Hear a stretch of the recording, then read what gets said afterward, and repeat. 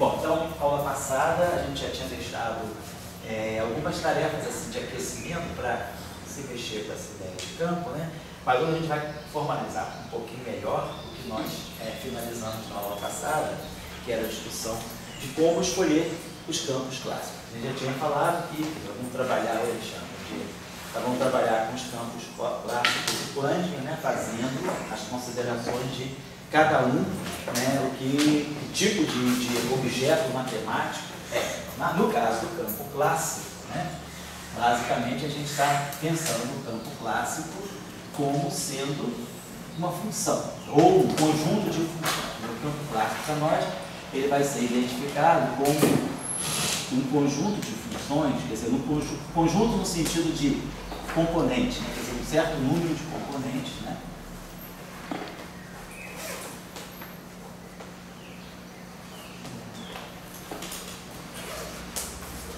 Um conjunto de funções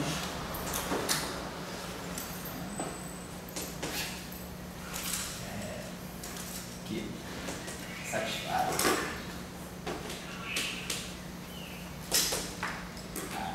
equações de colocação.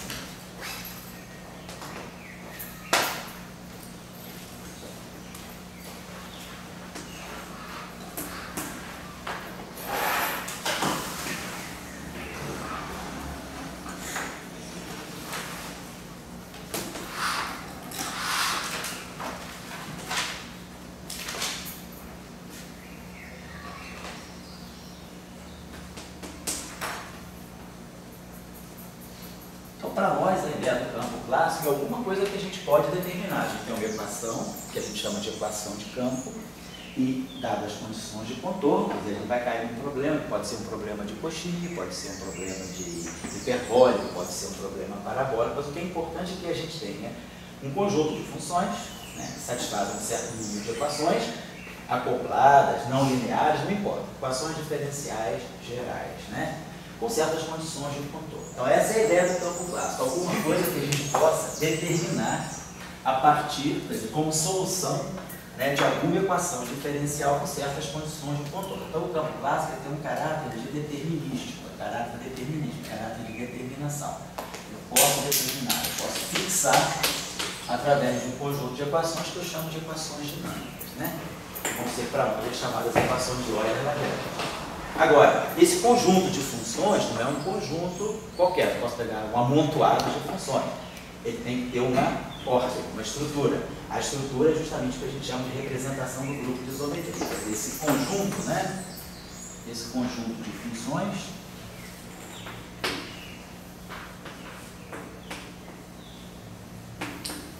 ele vai ser associado, né, a uma representação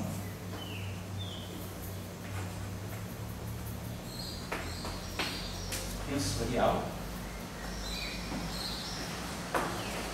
ou extratorial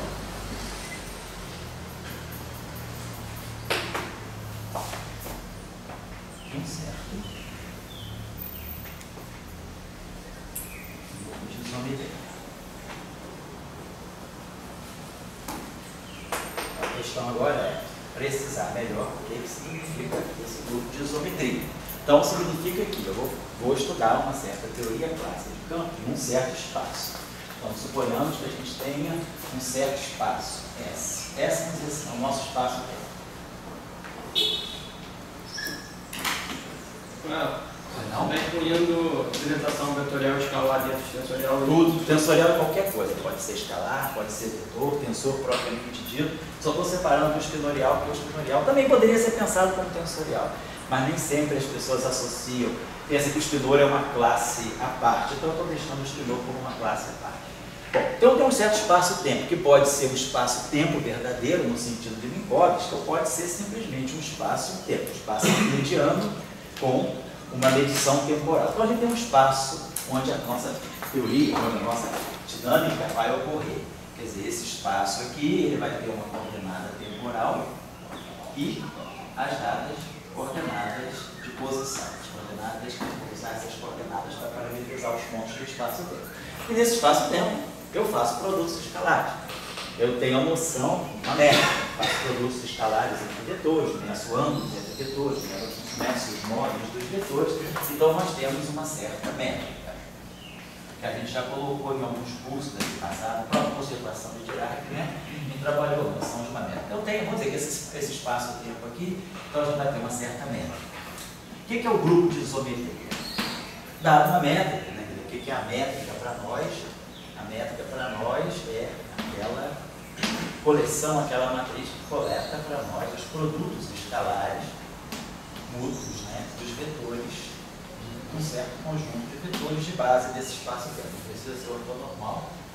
Quer dizer, a métrica, ela simplesmente é o conjunto dos produtos escalares de uma base que eu defino, não precisa nem ser base ortonormal, nem ortogonal, nem nada. É um conjunto de vetores linearmente independentes que formam uma base para o meu espaço. Os produtos escalares desses vetores de base vão formar essa matriz, e aí, se eu pegar dois vetores quaisquer que eu expando nessa base, né? Então, se eu pegar um vetor U e fizer um produto escalar com um vetor V, isso aqui vai, eu expando cada vetor nessa base, e os produtos escalares com seus produtos escalares dos vetores de base, então eu vou ter a métrica G e J, as componentes do vetor U nessa base e as componentes do vetor V nessa base. E a gente pode escrever, como a gente já colocou em outras ocasiões, né? O transposto métrica V. Onde a gente supõe que a gente colocou esses vetores aqui sob a forma de vetores de coluna. Então, isso aqui, tá? Então, produto escalar é isso. O que então, significa a isometria? Isometria são todas aquelas transformações que eu posso fazer no espaço, né? As rotações que eu posso fazer no espaço que deixam a métrica invariante. Então, ou seja, se a métrica fica invariante, o produto escalar fica invariante. Se o produto escalar fica invariante, as normas dos vetores ficam invariantes e os ângulos entre os vetores ficam invariantes. Então, isso é isometria. Ela vai preservar as propriedades de medida, as propriedades de comprimento, né, de módulos de vetores e as propriedades de ângulos relativos entre os vetores. Então, a isometria, né, dada uma métrica G, a gente imagina que a isometria vai fazer isso, com a métrica G. E aí, no meu espaço, eu vou fazer uma certa transformação. Eu vou levar o vetor U, né, por uma certa transformação linear no vetor U'. Vou levar o vetor V também, claro, o vetor V'. A gente vai fazer uma mudança, fazer uma rotação, por exemplo, na base. Então, o meu vetor vai mudar, meu vetor U' vai ser as coordenadas, né? Linha. E os vetores de base também vão ser mudados. Vamos pensar na transformação passiva. Vou fazer uma transformação não no meu sistema físico, mas vou fazer uma transformação no sistema de medição, no meu referencial. Como se eu tivesse só, por exemplo, esse sistema aqui, eu passo para esse sistema aqui. Então, por exemplo, estou fazendo uma rotação de um ângulo técnico, no sentido trigonométrico. Então, eu passei dessa base para essa base. Os vetores de base agora são outros, que são expressos em função dos vetores de base antigo. E aí os meus vetores, um vetor, esse vetor aqui é um vetor fixo. Esse é o ponto de vista que a gente sempre anota, que é o ponto de vista passivo. Eu não mexo no vetor que eu estou observando. Eu rodo o sistema, eu estou pegando dois observadores distintos, fazendo a mesma observação. Então esse vetor U, do ponto de vista desse sistema de coordenadas, né, vou colocar assim. Então eu vou no vetor 1, do ponto de vista do sistema de coordenadas, eu tenho aqui o I. O I é igual ao I', tem o mesmo vetor, mas observado em dois sistemas diferentes. Então, esse vetor tem novas componentes em relação a essa base, e os vetores de base daqui são também relacionados a esses vetores de base. É a mesma coisa que acontece. Então, vamos fazer uma transformação. Então, o que caracteriza a isometria para nós é o fato de que os vetores, os produtos escalares, quer dizer, a métrica não muda, portanto, os produtos escalares aqui não mudam e, portanto, os produtos escalares aqui também não mudam. Então, a gente teria que o I, que é igual a U' aí, V' nos dois sistemas, nas duas observações, o produto escalar é o mesmo. Isso aqui a gente escreve desse modo. Está em forma matricial. Então a métrica não muda. E aí, se eu pensar que esse objeto aqui, eu posso expressar a mudança de base, ele coloca aqui uma matriz de rotação, né? E aí aqui é transposto. Então aqui vai ficar. Quem é o linha? O linha, né? O linha, V',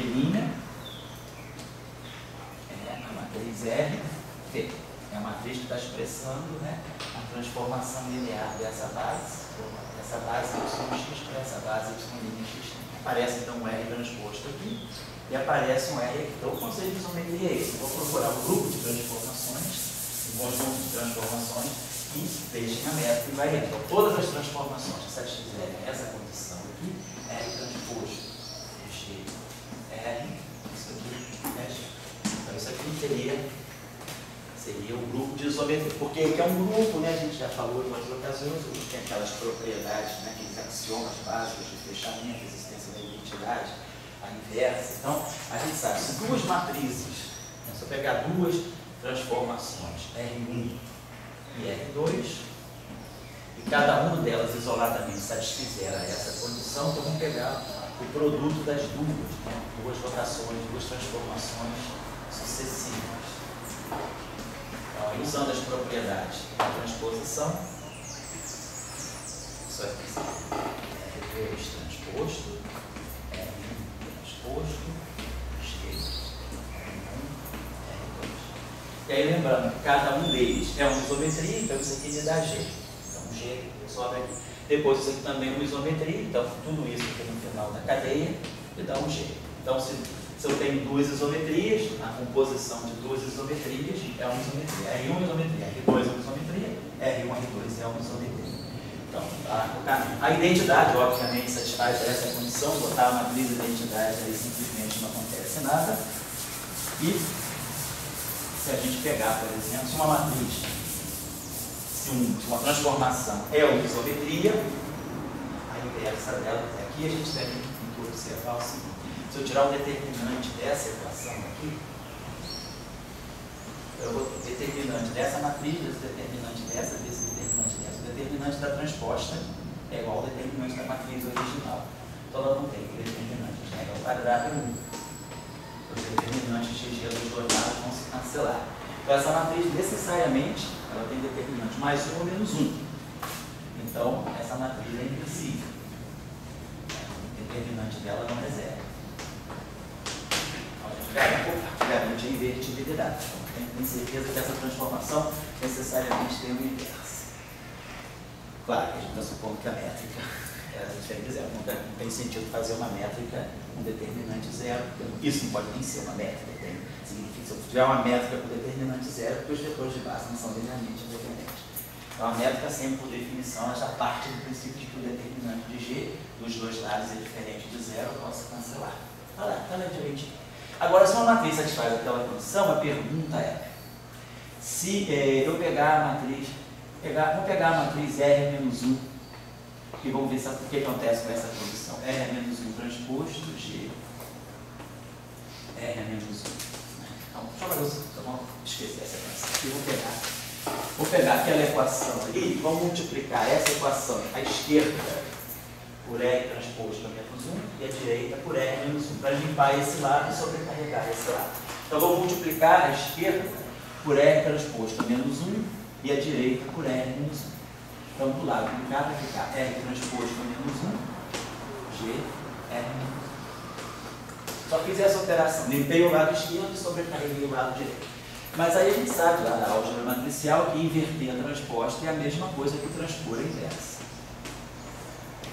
Então, isso automaticamente mostra que R menos 1 também é uma isometria. Então, se R menos 1 é uma isometria, significa que a inversão mantém essa propriedade. Não, estou falando do que a gente chama de um grupo. Então, por isso que a gente fala grupo de isometria.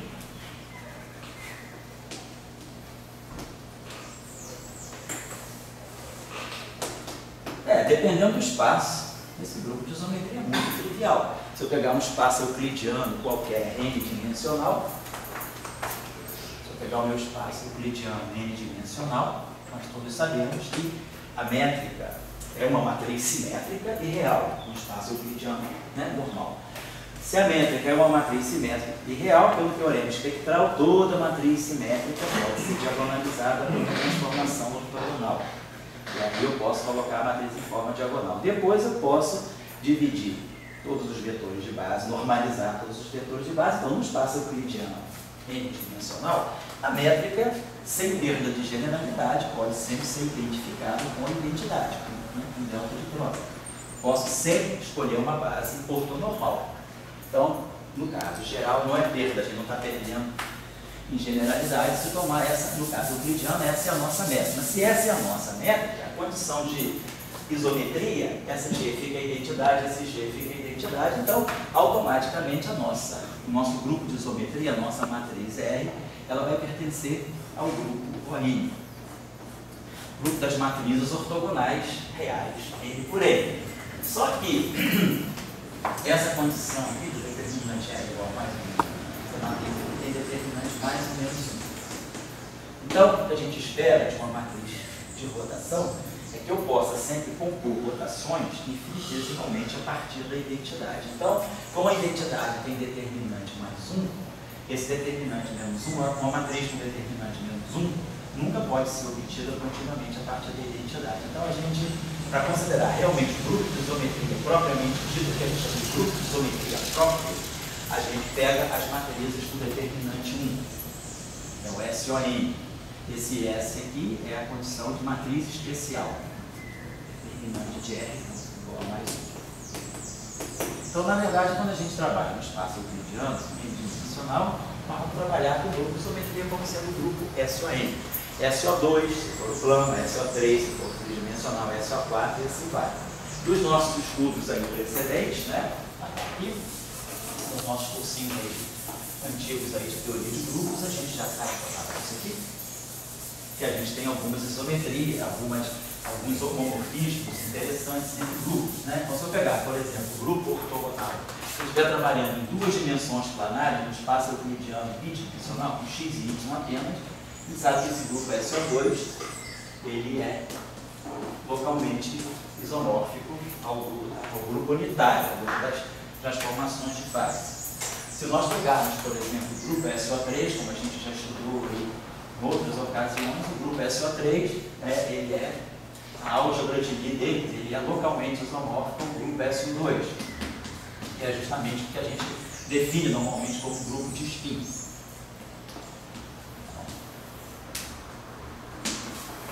Se nós pegarmos o grupo SO4, bem aí nos nossos cursos de teoria de grupo mais antigos, a gente sabe que o grupo SO4 ele pode ser reduzido, né, ao produto cartesiano de 2SO2. O SO4 é a mesma coisa que SO2 cross SO2, que é a mesma coisa que SO3 cartesiano SO3.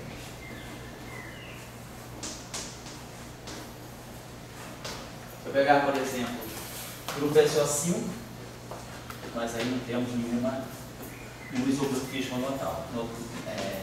Se a gente pegar, por exemplo, o grupo SO6, se nós estivermos trabalhando em 6 dimensões euclidianas, esse grupo SO6 é localmente isomórfico a um grupo interessante, que é um grupo unitário. Das matrizes unitárias, 4x4, unitários determinantes, que é o grupo unitário SO4.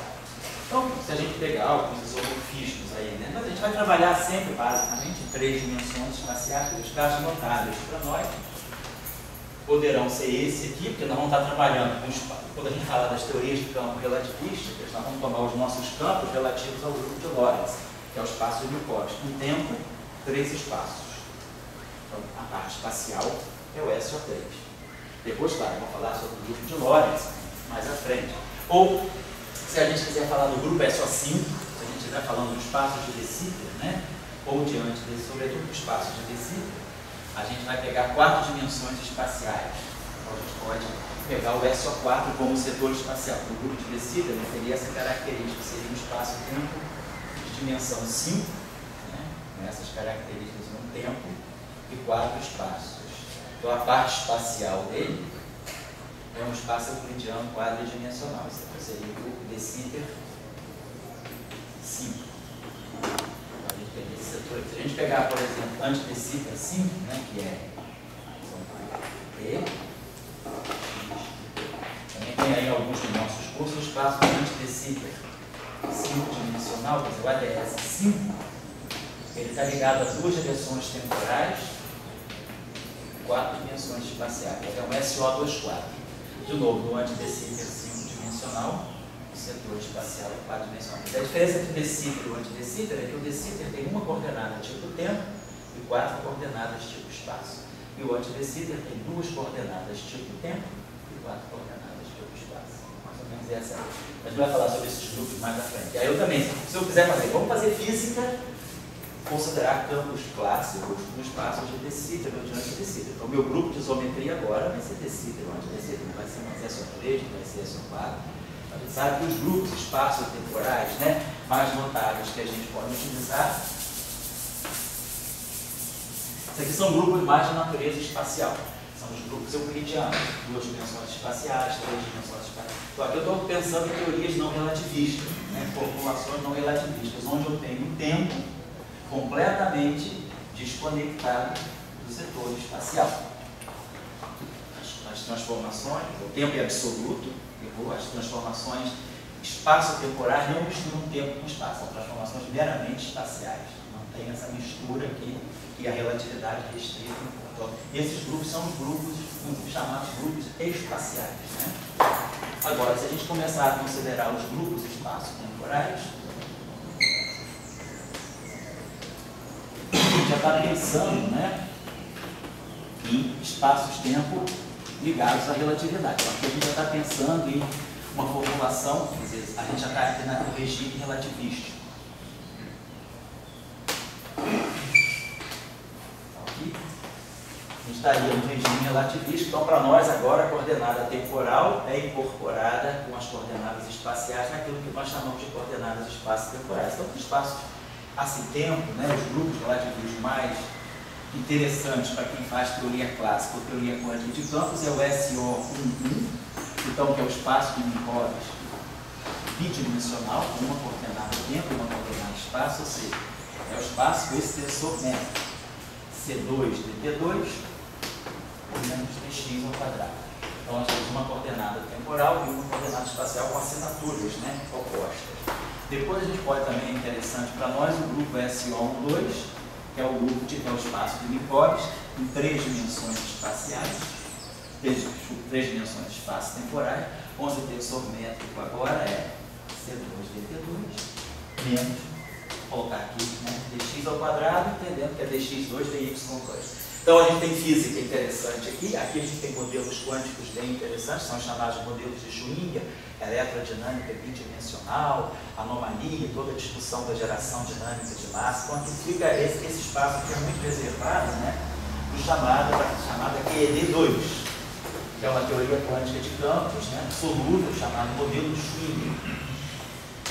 Aqui, por exemplo, é interessante também, porque nós temos a QED3, onde nós temos, né, a QED3 está ligada à teoria de Chern-Simons, que é uma teoria interessante, tanto em física de partículas, quanto em física da matéria condensada, Chern-Simons. Então, esse espaço-tempo também é interessante, além de ser interessante como um laboratório apenas teórico para a física de partículas, que é o modelo de Schrödinger, ele ensina alguns aspectos que é uma teoria quântica de campos não perturbativa, mas ele também tem sido usado para descrever sistemas de baixa dimensionalidade de matéria condensada. Então, tem alguns fenômenos interessantes da matéria condensada, como efeito Hall quântico e de spin ou de carga, como fracionalização, carga, spin, que são estudados no âmbito desses espaços bidimensionais. É como se eu tivesse um sistema de matéria condensada que é um fio, nanotubos, por exemplo, né, que tem uma dimensão temporal e uma dimensão espacial. Depois nós podemos ter os fios, né, como é o caso do grafeno. O grafeno é um plano, então são 2 coordenadas espaciais e uma coordenada temporal, e a gente sabe que a física do grafeno, ela pode hoje, né, ser descrita por um análogo de uma física relativística, onde a gente não tem a velocidade da luz como o valor, como o absoluto, mas o absoluto é a velocidade dos elétrons que ficam na superfície de Fermi. Então, a gente tem uma analogia muito grande entre fazer uma teoria relativística menor, a teoria de campo relativista da física de partículas, esse paradigma que ele pode ser levado para a matéria condensada, onde C deixa de ser a velocidade da luz na matéria condensada e passa a ser a chamada velocidade de Fermi, que é uma velocidade na faixa da velocidade da luz sobre 300, assim. Então, mas aí você faz física de matéria condensada, substituindo C pela velocidade de Fermi, e aí todo o tratamento que é feito aqui para QED3, para a teoria de Chern-Simons, pode ser interessante para descrever modelos como grafeno, a física do grafeno, a física de supercondutores planares, de cerâmicas supercondutores, que são fenômenos basicamente planares, e também efeito Hall quântico de spin, efeito Hall quântico de carga e outros fenômenos da matéria condensada. Já também se tem indícios de fracionalização carga spin em 3 dimensões. Então, esse grupo aqui é interessante. Então, apesar de ter baixas dimensionalidades, as baixas dimensionalidades são úteis, né, tanto para a física de partículas quanto para a física de matéria condensada. Quem me chama? Oi, fala aí. Como que se pode estabelecer relações entre dois grupos não necessariamente isomórficos? Por exemplo, você tem um fenômeno que é representado por uma simetria, certo, e você quer ler esse fenômeno ou suas manifestações em um outro grupo de simetria. Certo.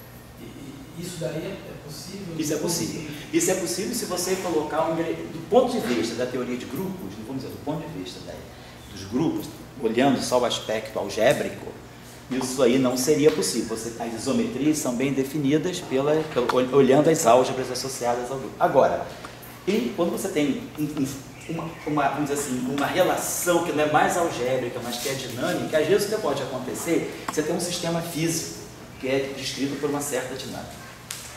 Aí tem um outro sistema físico que é descrito por uma outra dinâmica. São dois sistemas físicos aparentemente muito diferentes. Mas você pode relacionar esses dois sistemas físicos através de uma chamada equivalência.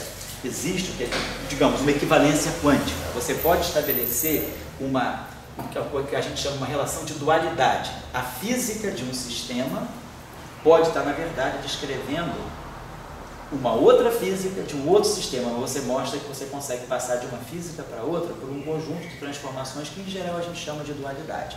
Por exemplo, está em moda demais, todo mundo. A tua pergunta, eu acho que você não pensou nisso, não você teria falado explicitamente, mas vai numa direção que é uma direção muito importante hoje em dia, que é a relação entre ADS, que chama de ADS N mais 1, e conforma o field em N dimensões. Hoje em dia, isso aqui eu tenho uma física, em N mais 1 dimensões, tenho uma física gravitacional e clássica. Então, desse lado aqui, eu tenho uma física que é caracterizada por N mais 1 dimensões, N mais 1 dimensões, é uma física clássica e é uma física ligada ao fenômeno gravitacional.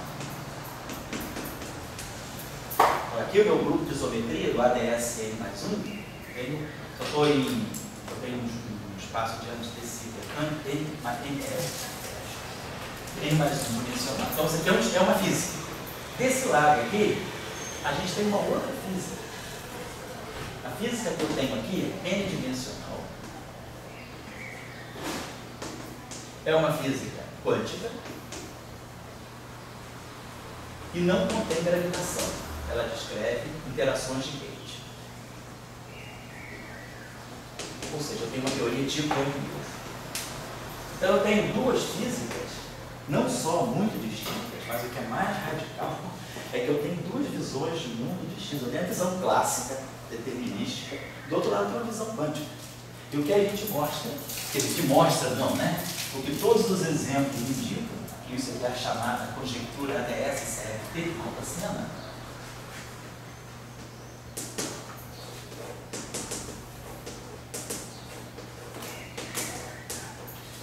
eu diria primeiro Dirac, Malta-Sena. Apesar da literatura ignorar completamente o trabalho do Dirac de 63, Dirac fez isso em 63, quando ele estudou aquelas chamadas Remarkable Representations of the City Group. Aquilo está no trabalho de Dirac, o Malta-Sena não por descrédito, nada disso.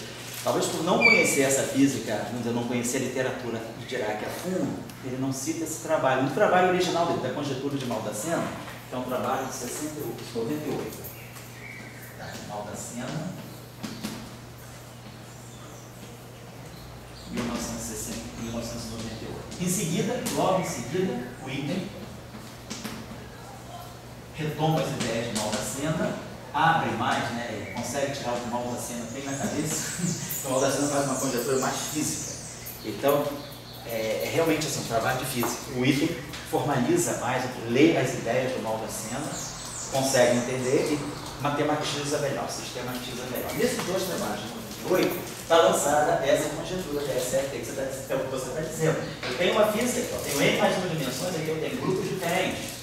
Mas, no entanto, eu consigo mostrar que toda a física que está aqui, se eu resolver esse problema de gravitação clássica, eu, na verdade, estou resolvendo um problema de ambiente quântico. E isso aqui é muito importante, porque, como essa teoria clássica é plenamente solúvel, eu evito teoria de perturbação. Então, eu consigo resolver o modelo quântico sem precisar recorrer à teoria de perturbação. Porque, mesmo que eu esteja trabalhando no regime constante de acoplamento forte. Então, isso é fundamental. Você começa aqui você começa a ver toda uma teoria de campos não perturbativa. Então você tem lugar para estudar de uma maneira muito bem definida efeitos não perturbativos. Então isso aqui tem sido, né, uma questão muito importante na literatura. Até hoje ninguém provou a conjectura de Maldacena está certa ou está errada. Na minha opinião ela está certa. Porque Dirac, naquele trabalho dele de 63, sem falar em nada de ADS e CFT, ele nem fala de CFT, mas ele chega nessa conclusão. Ele mostra que realmente ADS e CFT são equivalentes. Então isso aqui está no trabalho de Dirac, só que o trabalho de Dirac ele não é um trabalho feito em cima da teoria quântica de campos, ele é feito em cima da teoria de grupos. Então ele faz uma abordagem algébrica para o problema. É uma visão. O que o pessoal está buscando hoje é uma visão quântica. Colocar isso dentro de um cenário de teoria quântica de campos e provar isso. Isso não está provado nesse cenário. Mas é exatamente o que você falou. Então você pode, essas isometrias que eu coloquei aqui são isometrias muito triviais, no sentido de que eu estou só olhando o aspecto algébrico. Não tem física nenhuma, eu tenho um espaço e transformações no espaço. Aqui não. Aqui eu tenho física. Aqui eu tenho uma física de gravitação e aqui eu tenho uma física de grid. Certo? É isso que está colocando. Então é possível. É possível. É o que a gente chama de dualidade.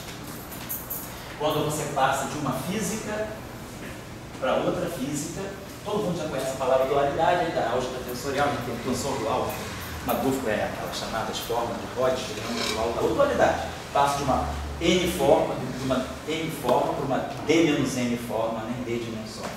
Mas essa dualidade algébrica, o que a gente está falando aqui é de uma dualidade quântica. Eu tenho duas teorias diferentes, né? Ou seja, uma dualidade até do sentido. As simetrias são diferentes? Oi, Dói. As simetrias são diferentes? As simetrias são diferentes, são. Vamos lá, está na direção do Luiz. Qual seria a diferença disso quando você faz o S2 próximo 1 indo no 1? Aqui é a espontânea de simetria da teoria eletrofrágil. Qual é a diferença de lá para essa discussão aí? Para essa discussão da dualidade? É. A discussão lá, aqui, você não perde nenhuma simetria nesse processo. Todas as simetrias estão preservadas. Você não tem nenhum fenômeno que você não tem nada que não acontece nada ao você passar de uma física para outra com as duas simetrias. As duas simetrias são inteiramente preservadas. No caso, não são preservadas. São inteiramente preservadas. Disse que não era. Não, desculpa, eu errei. As simetrias são inteiramente preservadas quando você faz essa dualidade quântica que é a DSFT. Agora, no caso de uma quebra espontânea de simetria, teoria eletrofráca de Salan-Glass-Weinberg, SO2 próximo 1 quebra para o 1 eletromagnético. Aqui você tem uma quebra de simetria. E outra coisa, você não muda de teoria. Você está falando sempre, tem uma teoria eletrofráca e agora você tem uma teoria fraca e uma teoria eletromagnética. Mas você tem as mesmas constantes de acoplamento. Então, todas as duas têm que ser tratadas perturbativamente. Aqui não. Aqui você consegue sair de uma teoria clássica, fazer o cálculo preciso, não perturbativo, e transformar esse resultado em resultado de uma teoria quântica também não perturbativa. Então aqui, assim, vamos dizer, a transição é muito mais robusta, muito mais cheia de estrutura do que simplesmente no Salman Weinberg, simplesmente no fundo é uma escolha de vácuo. Você passa de uma teoria para outra, definindo o que é o ground state da tua teoria. Aqui não. Aqui a coisa é muito mais forte. Você preserva todas as simetrias, tá certo? Então, bom, aí a gente chega finalmente no que a gente quer, né? Então, dia que no Weinberg clássico você preserva a teoria, mas não a simetria. Isso, eu preservo a teoria, exato, preservo a física, mas não a simetria. Boa colocação tua. É a mesma física, mas vista em duas fases diferentes. É como se eu tivesse um sistema de H2O, na fase líquida e na fase sólida. É o mesmo sistema? É, só que está em fases distintas. A teoria eletrofraca é isso. Quando eu estou na teoria eletrofraca, é como se eu estivesse numa fase líquida. Eletro e fraco é a mesma coisa, está tudo misturado. Quando eu vou para a fase sólida, o bóson de Higgs quebra, o campo de Higgs quebra a simetria, eu tenho SO2 cristalizado, interação fraca cristalizada para cá, interação eletromagnética cristalizada para cá. É como se eu passasse vamos dizer assim, da fase líquida para a fase sólida, onde eu identifico as duas interações. Então é o mesmo sistema, é a mesma física, só que visto em duas fases diferentes, na fase de simetria exata e na fase de simetria espontaneamente quebrada. Aqui não, são duas físicas diferentes. Uma física gravitacional é uma constante de acoplamento, é constante de Newton, constante de Planck. Lá é outra física, a constante de acoplamento de Young-Mills, pode ser a constante de acoplamento da QCD, por exemplo, que é a interação forte. Você está mostrando que existe uma conexão entre gravitação e interação forte. É o que o pessoal chama na literatura também de equivalência gravitação-gauge. Essa conjectura, esse ADS, N mais 1, CF entre N, chama-se também de gauge prática de equivalência.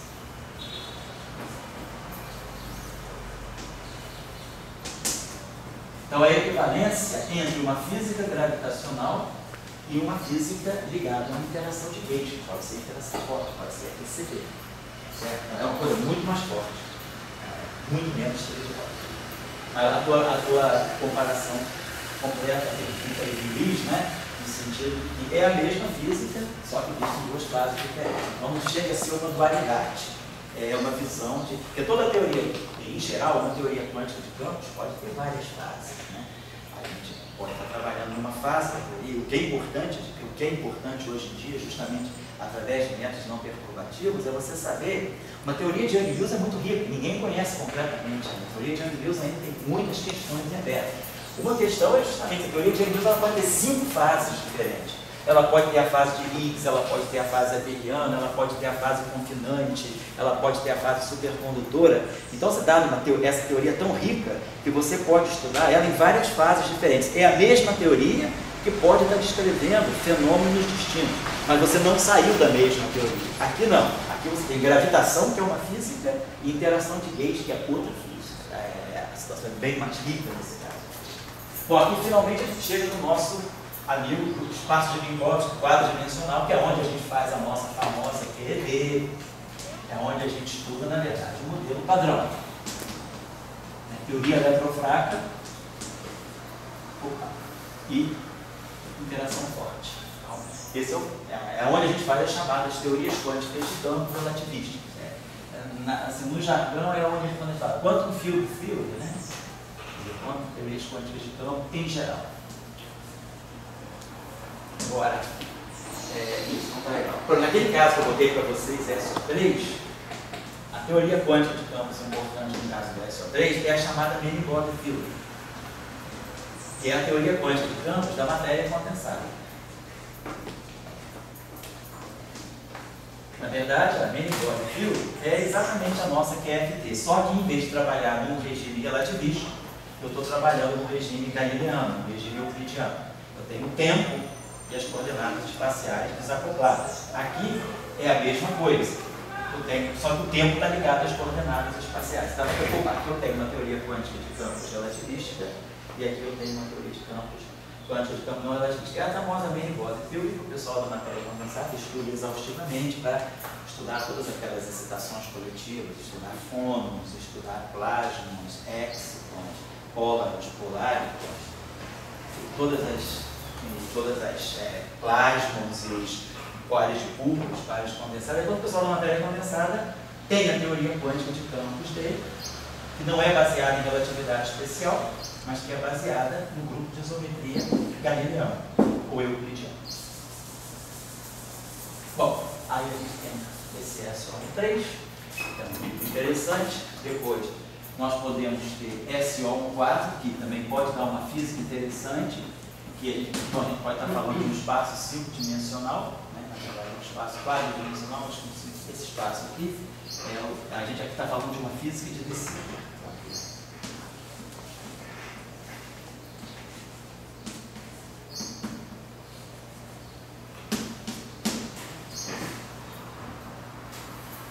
Física de De Sitter em 4 dimensões.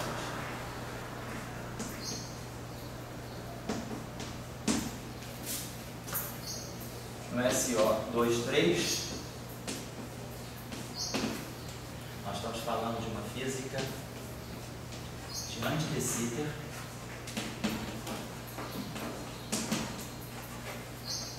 em 4 dimensões também. Já vou explicar por que não é 5, porque são 4. E finalmente, aqui é importante, que é um pouco essa da conjectural para DS7 do Maldacena, SO24, que é uma física de anti-De Sitter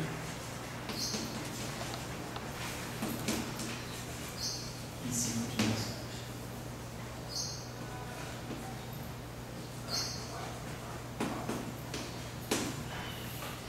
Então aqui, essa física aqui está em 4 dimensões, no sentido de que o que é o espaço de De Sitter quadridimensional? O espaço de De Sitter quadridimensional é um espaço que tem uma componente temporal, 4 componentes espaciais, 4 coordenadas espaciais.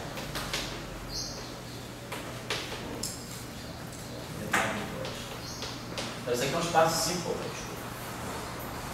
é um espaço que tem 5 como pegar. Vou escrever desse modo aqui: C2, T2, menos X2, menos X2, menos C2, menos W2, igual a uma constante que eu posso chamar de L2.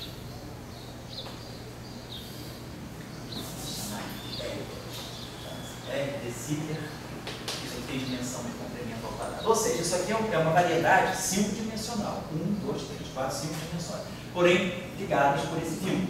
Então, isso aqui seleciona 4 coordenadas independentes. Então, isso aqui, na verdade, é uma variedade quadridimensional. É um hiperboloide. Então, isso aqui é um hiperboloide quadridimensional. Hiperboloide em 5 dimensões, mas um hiperboloide quadridimensional. Esse espaço aqui é chamado de espaço de De Sitter. Então, o grupo de isometria dele é o SO13, que é um 4. É esse aqui. Se eu fizer uma transformação que mistura T, X, Y, Z e W, tem uma matriz 5 por 5. As minhas coordenadas são CT, X, Y, Z e W. Então, eu tenho um espaço-tempo 5-dimensional. Posso fazer transformações lineares nessas coordenadas sem mudar essa equação. No fundo, o que eu estou fazendo? Eu não estou mudando a métrica. Eu posso escrever essa equação aqui como sendo esse vetor 5-dimensional transposto com uma métrica e esse vetor 5-dimensional em forma de vetor coluna. E a métrica sendo 1, menos 1, menos 1, menos 1, menos 1. Então, eu tenho essa métrica 5-dimensional. Vou deixar essa métrica invariante. Então, o grupo de De Sitter, esse grupo de De Sitter aqui, SO14, está deixando invariante dessa métrica 5-dimensional. Porém, o espaço, ele é o grupo de isometria desse objeto aqui, mas esse objeto é quadridimensional. Então eu tenho um espaço de De Sitter quadridimensional com um grupo de isometria que é 5-dimensional, que é o SO4. Por isso que eu estou falando que é uma física em 4 dimensões, porque é como se o meu universo fosse um hiperboloide quadridimensional, não o espaço de Minkowski, plano quadridimensional, mas um hiperboloide quadridimensional, e eu estou fazendo a minha física aqui. Então a minha física é uma física quadridimensional. No detalhe, a gente vai associar, é isso que a gente chama de raio, como se fosse uma esfera, só que não é uma esfera no sentido euclidiano, tudo mais, é uma esfera com essa assinatura diferente, então é um hiperboloide. Então, esse objeto que pode ser ligado à chamada constante cosmológica, que é uma constante cosmológica positiva. Então, esse aqui é o espaço de De Sitter. O espaço de anti-De Sitter ele vai na mesma direção. Só que ele tem duas direções temporais, é como se fosse assim, essa coordenada aqui seria uma coordenada assim, C2, T2, é como se tivesse um outro tempo. Então isso aqui é uma variedade 5-dimensional? Não, é um espaço 5-dimensional, sim. A métrica agora é essa, não é a métrica. Mas é uma variedade quadridimensional, porque eu posso escrever, por exemplo, essa coordenada em função da ordinada. Então ainda é o hiperboloide quadridimensional, mas com uma característica distinta, que ele tem assinatura 2, 3 e não 1, 4. Então, o grupo de isometria aqui é o SO23, que é esse aqui. Então, isso aqui é uma física diante de Sitter, um espaço quadridimensional. É como se meu universo, ao invés de ser um universo plano quadridimensional, era um hiperboloide, né? Quadridimensional, como se fosse alguma coisa assim. Nossa física se passa nesse hiperboloide assim. E aí, essa variedade tridimensional é a fronteira. Pode ser que isso aí seja uma variedade que tem uma física interessante aí. E aí, esse aqui que é o ligado à conjectura de Maldacena, porque isso aqui está ligado à teoria de cordas, né? A teoria de cordas que é feita em 10 dimensões. Uma das soluções importantes da teoria de cordas é mostrar que o nosso universo, ele é a fronteira de um mundo 5-dimensional, então é uma fronteira quadridimensional, de uma variedade 5-dimensional, que é o ADS-5. O que é o ADS-5? O ADS-5 é um espaço com 6 dimensões, quer dizer, tem 6 coordenadas ligadas por uma relação tipo hiperbolada. O que é o ADS-5? Essa relação aqui é C2T2 menos X2, menos Y2, menos E2, menos W2. 4 coordenadas espaciais e uma segunda coordenada temporal. Então, isso aqui vamos dizer, adiante de Sitter ao quadrado. Está aí sim, antes de Sitter está assim. Então, está aqui. Então, eu tenho 2 coordenadas temporais, 4 coordenadas espaciais. O meu grupo de isometria é o SO24. Porém, é uma variedade que tem 5 dimensões, porque das 6 coordenadas eu posso escrever essa aqui em função dessas aqui através dessa relação. Então, eu estou fazendo uma física agora no espaço 5-dimensional. E ligado, como a gente pode depois interpretar como uma constante cosmológica. Mas é uma física que a gente chama de antidecitra, porque ela tem essa assinatura. Ela estaria ligada a uma constante cosmológica negativa e não positiva. O que distingue de Sitter de antidecitra é que de Sitter a constante cosmológica é positiva e antidecitra a constante cosmológica é negativa. A diferença entre de Sitter e antidecitra é essa. Mas a gente pode sempre ter de Sitter e antidecitra em uma dimensão de qualquer. Então, se eu tiver um espaço desse tipo, um grupo de isometria desse tipo, SO1D-1, então isso aqui tem 1D-1, então isso aqui é um de Sitter. E se eu tiver SO2D-2, esse aqui tem D dimensões, esse aqui tem D dimensões. Então esse aqui é um de Sitter e esse aqui é um antidecitra. A estrutura do de Sitter e do antidecitra é essa diferença. 2 coordenadas temporais do antidecitra. Então a gente pode fazer uma física interessante aqui, que é o que se tem feito. Quer dizer, é aqui que funciona a chamada conjectura de Maldacena. É aqui que está essa conjectura de Maldacena, em que ele mostra que, né, a gente vai ter um ADS-5, espaço ADS-5 dimensional, tem 6 coordenadas, 2 temporais e 4 espaciais, mas ligadas por uma condição de hiperboloide, porque dá 5 dimensões. Então eu tenho um ADS-5 e esse ADS-5 é equivalente a uma teoria de campo conforme 4 dimensões. Ou seja, 4 dimensões que é o nosso mundo. Porque o espaço de Minkowski, quadridimensional, ele é uma fronteira do espaço de antidecitra 5-dimensional. Se eu pensar que o espaço de antidecitra 5-dimensional é um objeto desse tipo, essa fronteira quadridimensional, essa tampa, seria o espaço de Minkowski. Então a nossa física do modelo padrão está toda aqui, a gravitação está toda aqui, e aí o Maldacena mostra que a física de gravitação aqui dá os mesmos resultados que a física de Young-Mills aqui. Então, o que é a gravitação em 5 dimensões passa a ser interação de Gauge em 4 dimensões. Essa aqui é a conjectura DSF de Maldacena. Isso hoje está sendo usado em muitas áreas, né, na física, na QCD, em grupos que estão tentando trabalhar essa questão. Isso vai servir para você para estudar o confinamento, associar o confinamento a uma relação ADS 5CF, que é 4. O confinamento em 4 dimensões poderia ser o resíduo de alguma interação gravitacional em 5 dimensões. Mas essa abordagem está sendo levada para a matéria condensada também. Hoje a gente tem vários tipos, né? Uma linha de trabalho de um cara, esse indiano, que eu acho que ele, não sei se ele é de Yale ou se é de Harvard, mas é o Sardev. O Sardev tem uma linha muito interessante, que é a relação entre ADS 3, então faz exatamente, ele descreve problemas, né? Ele relaciona gravitação em 3 dimensões com fenômenos planares da matéria condensada em 2 dimensões. Então, ele tenta, aqui tem buraco negro, então ele tenta relacionar, fazer uma correspondência do que a gente chama black hole na condensão de matéria. Aqui eu tenho uma física gravitacional e aqui eu tenho uma física de matéria condensada, mas está sempre dentro desse âmbito da conjectura, da equivalência. Então, o que é um espaço diante desse íter 3-dimensional? É um espaço diante desse íter que tem 2 componentes temporais e vai ter 2 componentes espaciais. Isso aqui é 2 mais 2, 4. Tem 4 dimensões. Dessas 4 dimensões, 2 são tempo e 2 são espaço. Mas ligados por hiperbológica, como se eu tivesse algo assim, C2, T2, menos X2, menos Y2, mais C2, T2 igual a R2. Então isso aqui é um espaço diante desse íter 2, 4-dimensional. Tridimensional, por causa dessa relação. Então isso aqui esse seria o grupo de isometria desse espaço. Então você pode fazer uma física aqui gravitacional e mandar os resultados para cá, é o resultado bidimensional. Então é uma física planar. Então essa é um pouco a ideia que está se usando em física de matéria condensada também, que a gente chama de conjectura de equivalência antidecível e condensa de massa. Estou só ilustrando isso para vocês verem. Esse campo é muito amplo. Oi? O que ele chama de estudar o confinamento?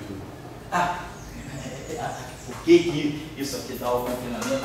No sentido de que. O que ele chama de confinamento? O que eles chamam de confinamento significa que você usa o parâmetro de ordem, aquele chamado parâmetro, o Wilson loop, o loop de Wilson, como um critério para você dizer se tem confinamento ou não, que é aquela função de correlação entre quartos. Então, o que eles fazem é relacionar o loop de Wilson em 4 dimensões, que já é uma coisa estabelecida da QCD, com uma física gravitacional em 5 dimensões. Né? Isso aí também não provou o confinamento. Não temos uma prova do confinamento, porque não se tem nenhuma prova dessa conjectura. Você está então fazendo uma conjectura em cima de uma outra conjectura. Tá? Mas é um método de trabalho. Vou trabalhar em cima disso, vou fazer cálculo, vou obter resultado. Mas não estou provando ainda nada. É uma abordagem, vamos colocar assim, uma abordagem. Tá bom?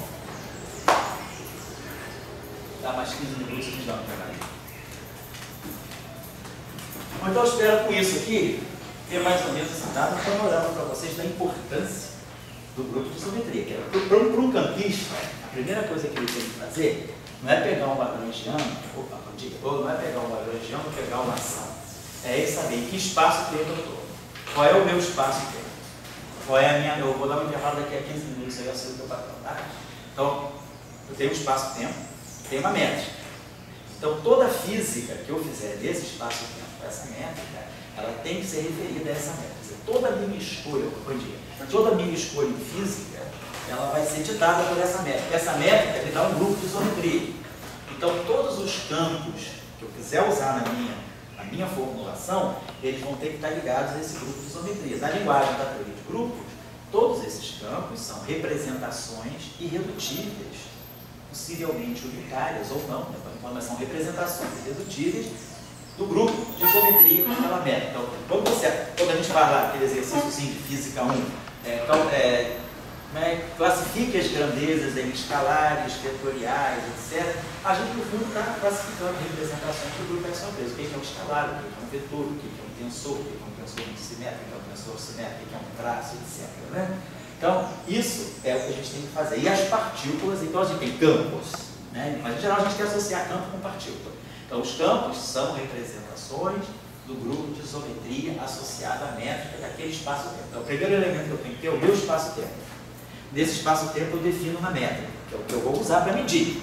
Né? quer medir ângulo, quer medir vetor, quer medir tamanho. Então, tem o espaço-tempo e tem a métrica. Esse espaço-tempo e essa métrica tem um grupo de isometria. Eu posso fazer transformações no meu espaço que não mudam a métrica. Porque eu mexo no espaço, mas não mudo na métrica, eu não mudo na medida. Eu não estou medindo os ângulos, então eu estou preservando de uma certa maneira a física, eu estou preservando a métrica. Então, o grupo de isometria, ele vai deixar essa métrica para então, eu mexo no espaço, tá? Mas não mexo na métrica. Então, mexo no espaço à vontade, mas a métrica está aqui. Então, isso é a minha isometria. Isometria eu faço, transformo aqui e não mexo. E se eu transformasse aqui e mexesse aqui, seria outra coisa. Eu estou transformando o espaço, ficando tonto já. Então, eu estou transformando o espaço, mas não a métrica. Então, isometria. Agora, esse grupo, ele diz alguma coisa para quem vai fazer física. Ó, quando você atribuir teus campos, você vai atribuir teus campos levando em conta que existe esse grupo de isometria. Porque isso é o que a gente chama em física de conceito de covariância. Covariância significa isso em física. Não é invariância. Invariância é deixar invariante. Então, invariância tem invariância da métrica. O grupo de isometria, ele é um grupo de invariância da métrica. Mas a covariância significa você saber trabalhar com as suas entidades físicas. Todas as grandezas físicas, elas têm que ter um caráter muito bem definido frente ao grupo de isometria. Então, a minha grandeza física, frente ao meu grupo de isometria, ela é um escalar, ela é um vetor, ela é um espinor. Então, as grandezas físicas, elas têm que ter um caráter tensorial bem definido segundo o grupo de isometria. Isso significa, essa correlação significa covariância. Isso significa ter uma teoria covariante. É uma teoria, uma formulação em que todos os objetos têm um caráter bem definido de transformação sobre o grupo de isometria. Então, claro, mudando o grupo de isometria, um objeto que é escalar para um grupo deixa de ser para outro. Então, quando fazendo física em 3 dimensões, SO3, eu pego o tempo. O tempo é um escalar. Eu posso rodar, fazer todas as transformações espaciais e o tempo vai depender. Eu faço transformações espaciais. Tem aqui uma matriz de SO3, faço rotações, mudo as coordenadas dos vetores, mas não mudo o tempo. Então, esse cara aqui é escalar e esse cara aqui se transforma como um vetor. Se a minha física é relativista, se o meu espaço-tempo é Minkowski, agora o tempo já não é mais uma coordenada isolada do espaço. O tempo, ele se fecha com as coordenadas espaciais no que a gente chama de um quadro de vetor.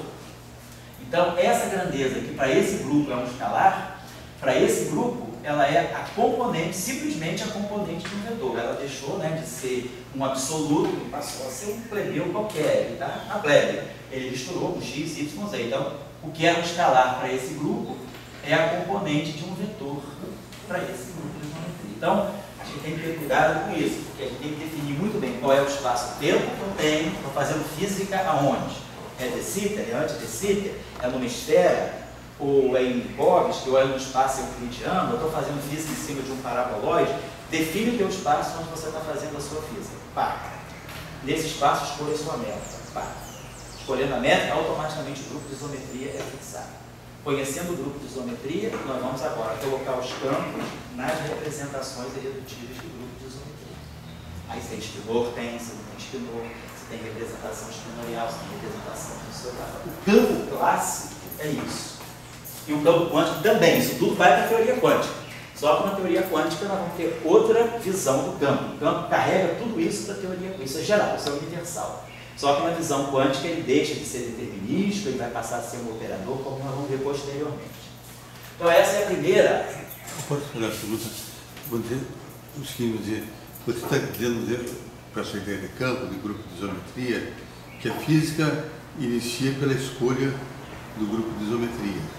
Isso. A física vamos dizer, a física começa com o teu espaço-tempo, mas aí a física ela é formulada. Eu diria que o espaço-tempo é mais crucial para a física, porque o espaço-tempo é ele que vai definir o caráter da tua interação. Se você está no espaço-tempo, se você considerar a interação eletromagnética em 3 dimensões espaciais e 1 dimensão temporal, o potencial de Coulomb cai com 1 sobre R. Se você agora considerar a interação eletromagnética em 2 dimensões espaciais e 1 dimensão temporal, o potencial coulombiano vira logarítmico de R. Então, a física está no espaço-tempo. Agora, o grupo de isometria, ele vai definir, vamos dizer assim, mais a roupagem que você vai dar à tua física. O grupo de isometria está ligado à formulação, Mas a física está no espaço-tempo. Agora, mas eu estou preocupado com uma pergunta que é o seguinte. Quando uma pessoa, vamos dizer, como que eu tenho para Pessoa? fazer movimento demais. Eu entendi essa. Uma pessoa como Sir Isaac Newton, para ele a física estava no princípio da inércia. Se você pegar Sir Lavoisier, a física estava na conservação da energia. Se você pegar o White, estava na invariância da luz. Assim, quer dizer, então, quer dizer, tem uma hora que você vê a física por um lado, por um princípio físico. E agora você está codificando para a gente, olha, a física você tem que ter direto no teu grupo de isometria para você começar que incorpora a fazer tudo física. isso. Incorpora tudo isso. Mas quando você está falando, é uma discussão, claro, um pouco sofista, mas digamos, tem um início nisso, entende? Sim. Certo. Quando você trabalha com teoria de campo, esse campo é que está botando, você não vai falar do princípio de inércia de cara. Porque o campo não é um objeto, né? Então você é obrigado a trabalhar com simetria, vamos chamar assim, com grupo. Então quer dizer, tem uma... É uma questão de abordagem, é uma questão, qual é a tua visão de natureza? Então, digamos, na época do Lavoisier ele não tinha visão de natureza de campo. Claro que não. Então ele trabalhava com conservação de energia. Estou apenas divagando. Não, tá certo, mas é isso aí. Hoje a gente tem que trabalhar com campo com início. E daí não dá para você começar a falar em conservação de energia direto. Exatamente. Isso tudo vem como uma consequência. Quer dizer, você tem uma formulação muito mais fundamental, porque aquilo que eram premissas naquela época, hoje são consequências de uma formulação mais fundamental, com as suas premissas, é claro. Qual é a premissa? Quando a gente formula uma teoria de campo, o nome dizendo, não está dizendo teoria. Teoria, você não sai do zero e prova tudo. Você tem que sair do número mínimo de premissas. Então, você tem que ter um número mínimo de hipóteses fundamentais. Então, se você está fazendo uma teoria relativística, você já está incorporando os dois postulados fundamentais da relatividade especial. Se você está fazendo uma teoria relativística e quântica, você já está empurrando os 6 postulados lá da mecânica quântica. Os 6 postulados de interpretação de medida, de estado, de colapso de função de onda. Você está trazendo, então, uma teoria que você conhece bem, que é a relatividade especial, com seus 2 postulados, que nada tem a ver com os 6 postulados da mecânica quântica. Está juntando tudo num corpo único, pode dar maior confusão. Você está botando, às vezes, duas coisas que podem ser conflitantes. Mas é por isso, inclusive, que a teoria de campos tem problema. Porque você está misturando relatividade especial com mecânica quântica, 2 físicas completamente diferentes. Uma física é da velocidade da luz, a outra física é da constante Planck.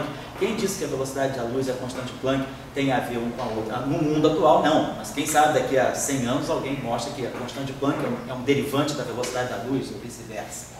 O espaço-tempo é completamente quântico, então a velocidade da luz é o resultado de uma série de interações quânticas, sei lá, estou só ilustrando assim. Mas a gente está colocando 2 físicas distintas numa única teoria. Então eu estou trazendo premissas da relatividade especial, 2 postulados fundamentais de Einstein, 6 postulados fundamentais da mecânica quântica. Estou colocando aqui. Então eu vou começar agora a construir uma teoria de campo. A teoria de campo ela traz outros postulados. Mas qual é o teu postulado? A natureza é representada por campo, não mais por partícula. Meu sistema físico é descrito por um objeto chamado campo. E quem é esse campo? Esse campo são representações, ele está localizado em representações irredutíveis do grupo de isometria. Então você já está fazendo uma outra hipótese de trabalho. Eu vou trabalhar com objetos que eu sei que estão na representação do grupo de isometria. Então você junta tudo isso. Você tem uma teoria de campo. Quando eu estou fazendo essa teoria de campo, você está fazendo, estou dizendo, a natureza agora para mim é uma paixão de campos, né? Daí você chega e diz o seguinte, bom, daí eu pergunto para você, a lei F igual a MA, E igual a MC2, elas existem diretamente, porque você vai ter que ver, quando é um objeto, você não tem problema, você bota na... agora, quando é campo, elas existem diretamente? Ou... Não, elas existem, mas de outra forma. A relação E igual a MC2, ela vai existir como uma relação de dispersão na propagação dos campos. Ela está lá. Você vai olhar a relação, vamos aprender isso, vamos tirar a relação de dispersão. Até já desceu um exercício, eu acho, na segunda aula, sobre tirar uma relação de dispersão que não era tão simples.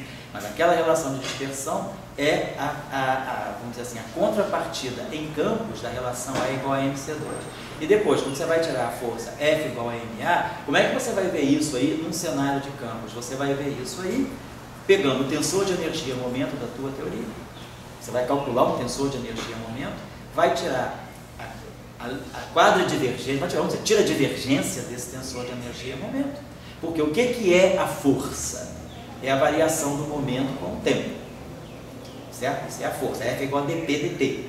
Então, do ponto de vista dos campos, os campos carregam um momento. Carregam energia. O campo é uma densidade de energia que vai se propagando. A gente tem a pressão da radiação, não tem? A gente estuda lá na física 4, a pressão, a radiação eletromagnética exerce uma pressão. Por quê? Porque ela transporta momento. Então, você está transportando energia e está transportando momento. Então, se esse momento dessa radiação variar no tempo, isso, newtonianamente falando, é uma força. Então, numa teoria de campos, você pode também chegar ao F igual a MA. Só que o F igual a MA não é o F igual a MA para uma partícula num campo externo de forças. É o F igual a MA que vem da variação temporal do transporte de momento que o teu campo está fazendo. Porque o campo carrega energia e momento pelo espaço fora. Como é que esse momento desse campo está variando no tempo? Isso aí vai te dar a noção de força. O dp dt ele está ali no tensor de energia. Oi? O dp dt. Tanto que agora o MA é que não está, né? Mas o MA, o dp dt é a força. Então, sim, mas digamos. Tá sim. Porque o que você está fazendo? O que é aceleração? O que é aceleração? Não é a derivada segunda? Então, quando você. O lado esquerdo é. Não, a força é a força. Ok. Da direita é MA. Você está preocupado com a força ou com o MA? Com o MA. Então, o que é aceleração? A variação segunda da posição é a variação da velocidade. Se você fizer isso para a teoria de campo, o que você vai ter do lado direito, o que vai fazer o papel da aceleração são as derivadas segundas dos campos. Sim, mas aí já é o campo, não é bem... Claro. Mas você não pode, se você está falando de campo, você não pode falar de partícula. Não, o campo está descrevendo uma coordenada contínua. Se você está falando de partícula, é outra coisa. São duas visões diferentes. Você tem que definir a tua visão. Você não pode misturar. O que é aceleração para uma partícula é a derivada segunda da sua posição. O que é aceleração de um campo é a derivada segunda da componente, da coordenada de campo. Então não tem como fazer de outra forma. Porque eu já falou na aula passada, eu vou repetir hoje, daqui a pouquinho, no segundo tempo da aula, a gente vai falar. Como é que você define um campo? O campo é uma coordenada do teu sistema. Da mesma forma que em física de partículas, em mecânica de partículas, se você tem uma partícula aqui, você associa essa partícula, por exemplo, uma coordenada x de t, na teoria de campo, quando você tem um sistema contínuo aqui, você vai associar, você vai descrever esse sistema aqui contínuo por uma coordenada φ de t e x. Só que agora, uma coordenada, na mecânica de partícula, você tem uma única coordenada independente, que é o tempo. A partícula evolui olhando, você vê a evolução dela através da variação temporal. No caso de uma teoria de campo, uma coisa é espalhada pelo espaço, você introduz duas coordenadas, uma temporal e uma espacial. Então, esse campo aqui, ele está substituindo a noção de coordenadas. O teu sistema agora não é mais parametrizado por uma coordenada de posição. Ele é parametrizado por uma variável de campo. Agora, o que são as coordenadas temporais aqui, passam a ser as coordenadas de espaço e tempo aqui. Então, esse é o dicionário que eu tenho que fazer quando eu saio de partícula para campo. Então, se a aceleração é x dos pontos, a aceleração aqui vai ser φ dois pontos e laplaciano de φ. Você vai ter que pegar agora as medidas, a variação do teu campo, nas derivadas segundas. Então, no conceito de campo, você estende um pouquinho mais o conceito de aceleração, porque o teu campo não depende só de t, ele depende de t e de x.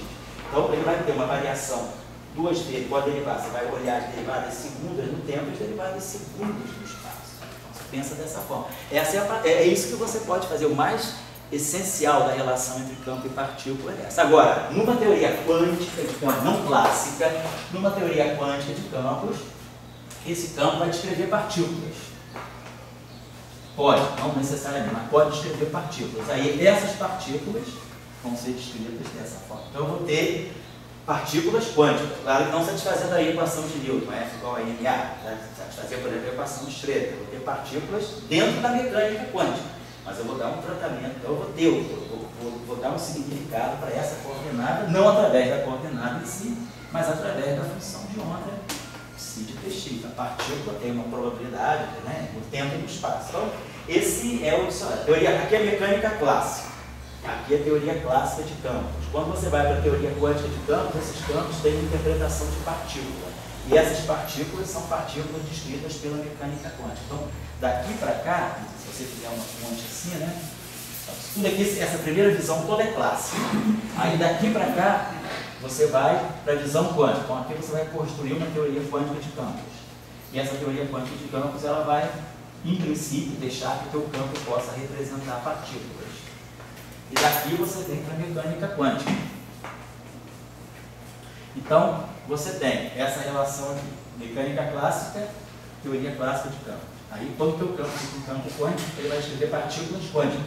E essas partículas quânticas são descritas por essa mecânica quântica, que é proveniente dessa mecânica clássica. Aí, esse que é o círculozinho vicioso aí da situação, tá certo?